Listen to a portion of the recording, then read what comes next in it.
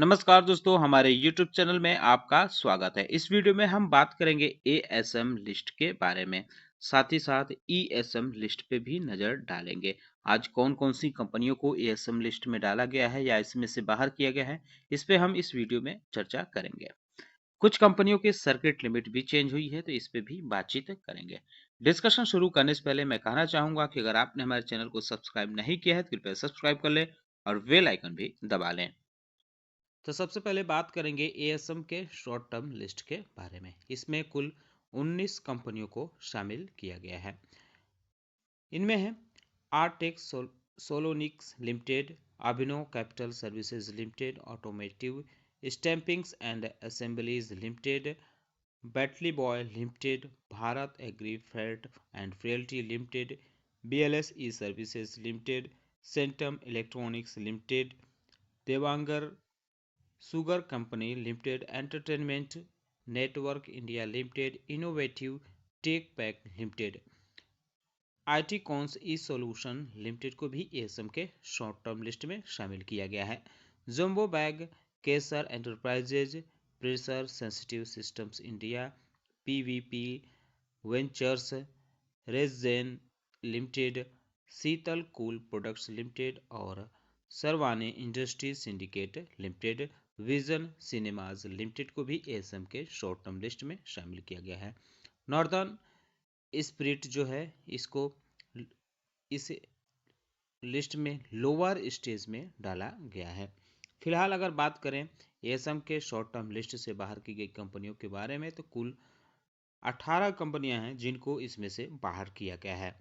कैस्पेन corporate services, Golconda aluminium extension, IITL projects, IRB infrastructure developers, Kesar India limited, keynote financial services, Lipsa gem and jewellery limited, nectar life sciences, Oracle financial services software, Parag milk foods और Purushottam investofin limited, SMIFS capital markets limited, Tilak ventures limited और Trent को भी ASM के short term list से बाहर किया गया है। अगर एएसएम के लॉन्ग टर्म लिस्ट की बात करें तो कुल 6 कंपनियों को इसमें शामिल किया गया है।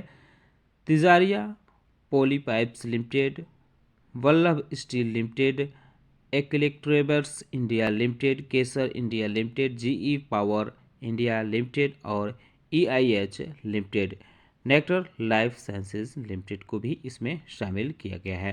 बीपुल लिमिटेड को सेकेंड स्टेज में मूव किया गया है। वहीं 2 कंपनियां हैं एडविट इंफ्राटेक और धनलक्ष्मी बैंक, इन दोनों कंपनियों को स्टेज 4 में मूव किया गया है।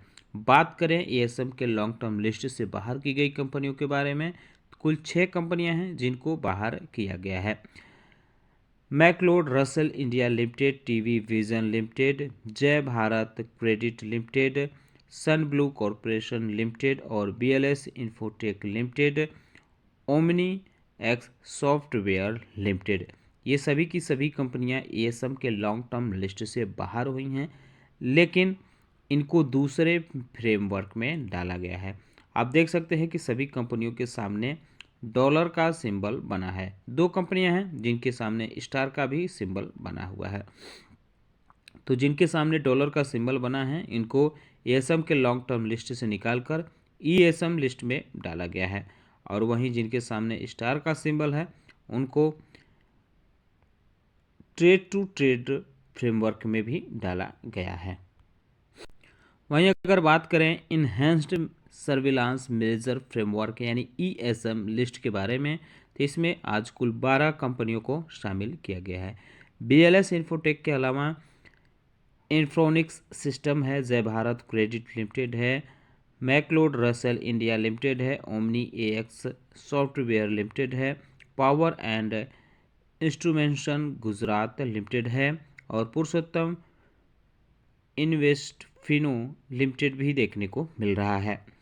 Sun blue corporation, Shri chem resin limited, Tilak ventures limited, TV vision और वरिमान ग्लोबल एंटरप्राइजेज लिमिटेड भी इसमें शामिल किया गया है। वहीं कुल 11 कंपनियां हैं जिनको हायर स्टेज में मूव किया गया है।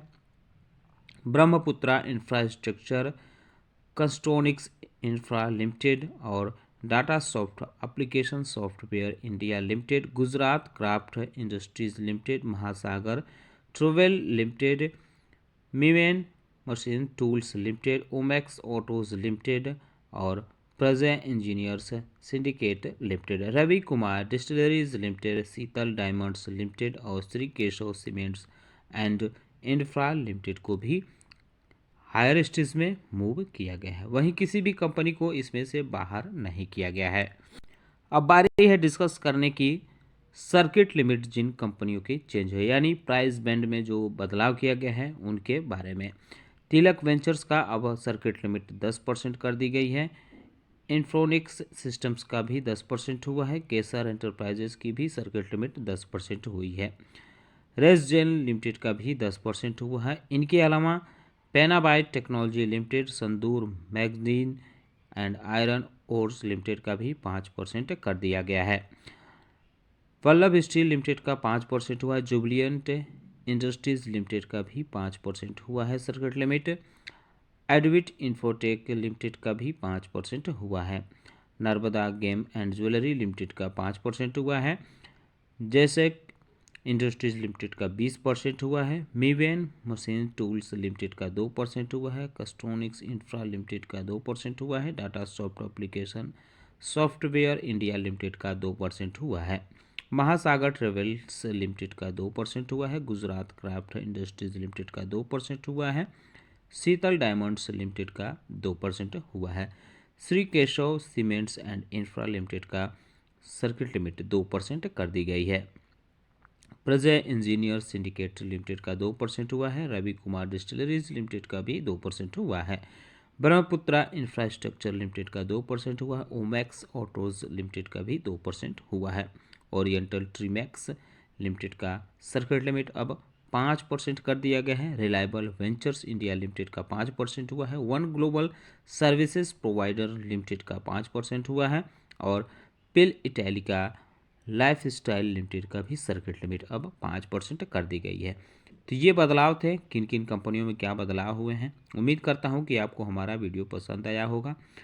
ये जो भी बदलाव हैं, चाहे एएसएम लिस्ट का एक्शन हो या उसमें से बाहर की गई हैं कंपनियाँ, या ईएसएम लिस्ट हो या सर्किट लिमिट चेंज की हो, ये सारे जो हैं ये कल से यानी 22 फरवरी से लागू माने जाएंगे।